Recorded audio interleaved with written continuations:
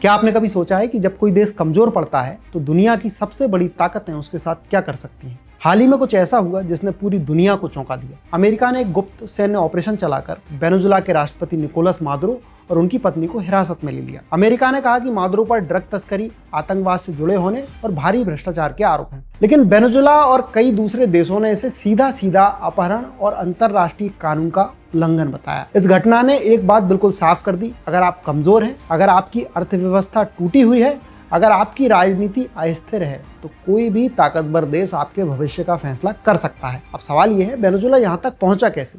आइए पूरी कहानी शुरुआत से समझते हैं। वेनेजुएला कोई छोटा या गरीब देश नहीं है। ये वो देश है जिसके पास दुनिया का सबसे बड़ा तेल भंडार है। लेकिन हकीकत ये है कि ये देश कभी खाने की लाइन में खड़ा दिखता है, कभी अस्पतालों में दवाइयां खत्म हो जाती हैं और कभी उसकी करेंसी इतनी गिर जाती है कि नोट जलाने से ज्यादा सस्ते हो जाते हैं। तो सवाल उठता है, इतना अमीर देश इतना गरीब क्यों बन गया? इसका जवाब सिर्फ सरकार में नहीं बल्कि उस इतिहास में छिपा है जहां से अमेरिका और वेनेजुएला की कहानी शुरू होती है। 1950 से लेकर 1990 तक वेनेजुएला में तेल तो था, लेकिन उस तेल पर असली नियंत्रण वेनेजुएला का नहीं था। तेल निकालने का काम करती थी अमेरिकी और पश्चिमी कंपनियां। तेल वेनेजुएला की जमीन से निकलता था, लेकिन मुनाफा अमेरिका की तिजोरियों में जाता था। वेनेजुएला की सरकारें कमजोर थी, भ्रष्ट थीं और विदेशी ताकतों के सामने झुकी हुई थी। अमेरिका खुश था क्योंकि बिना सीधे कब्जे के वो एक पूरे देश की सबसे बड़ी संपत्ति को नियंत्रित कर रहा था। लेकिन ये कहानी ज्यादा दिन चलने वाली नहीं थी। 1999 में सत्ता में आए हुगो चावेज, एक फौजी, एक समाजवादी और सबसे बड़ी बात, अमेरिका के सिस्टम को खुली चुनौती देने वाला नेता। चावेज ने साफ शब्दों में कहा, वेनेजुएला का तेल वेनेजुएला की जनता का है। उन्होंने अमेरिकी कंपनियों को बाहर किया,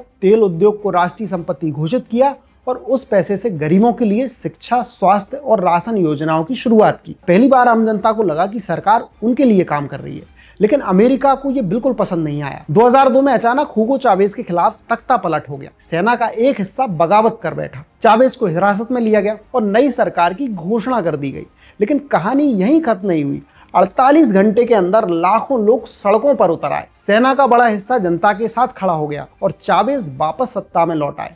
आज भी वेनेजुएला मानता है कि इस तख्ता पलट के पीछे अमेरिका की छुपी भूमिका थी। 2013 में हुगो चावेज की मौत हो गई। इसके बाद सत्ता संभाली निकोलस मादुरो ने। मादुरो के सामने हालात बेहद कठिन थे। तेल के दाम गिर चुके थे, सरकार की कमाई घट रही थी और सिस्टम पहले से कमजोर था। यहाँ से वेनेजुएला की अर्थव्यवस्था धीरे धीरे टूटने लगी। अमेरिका ने मादुरो को तानाशाह घोषित कर दिया और कहा कि चुनाव फर्जी है। अमेरिका ने वेनेजुएला पर कड़े आर्थिक प्रतिबंध लगा दिए। तेल खरीदना बंद कर दिया, डॉलर लेन देन भी बंद हो चुका था, बैंकिंग सिस्टम से बाहर कर दिया गया। नतीजा ये हुआ कि सरकार कमजोर हो गई। लेकिन सबसे ज्यादा मार आम जनता पर पड़ी। भूख, बेरोजगारी और पलायन वेनेजुएला की पहचान बन गए। 2019 में अमेरिका ने जुआन गुएडो को राष्ट्रपति मान लिया, जबकि सेना, प्रशासन और जमीन पर सत्ता मादुरो के पास ही थी। ये खुला संदेश था कि अगर नेता हमारी बात नहीं मानेगा तो हम दूसरा नेता खड़ा कर देंगे। प्रदर्शन हुए, सेना को तोड़ने की कोशिश हुई, यहाँ तक कि 2020 में हथियारबंद हमला भी किया गया। लेकिन सरकार नहीं गिरी तो अमेरिका ने मादुरो पर ड्रग तस्करी, आतंकवाद के आरोप लगाकर उसके सिर पर इनाम घोषित कर दिया। संदेश साफ था, या तो झुको या अपराधी बनो। और फिर आया साल 2026, अमेरिका ने मादुरो को सीधे उठा लिया। यह घटना हमें एक सच्चाई सिखाती है कि अगर कोई देश आर्थिक, राजनीतिक और सैन्य रूप से कमजोर होगा तो कोई ताकतवर देश उसकी संप्रभुता की परवाह नहीं करेगा। वेनेजुएला की कहानी सिर्फ एक देश की कहानी नहीं है, ये पूरी दुनिया के लिए चेतावनी है। मजबूत बनो आर्थिक रूप से, राजनीतिक रूप से और राष्ट्रीय एकता में, क्योंकि दुनिया में कमजोर से सवाल नहीं पूछे जाते, कमजोर पर फैसले थोपे जाते हैं। अगर आपको हमारा वीडियो अच्छा लगा तो चैनल को सब्सक्राइब कर लीजिए और बेल आइकन दबाना मत भूलिए। आगे भी ऐसी ही आसान भाषा में देश दुनिया की कहानियां और विश्लेषण आप तक लाते रहेंगे। धन्यवाद।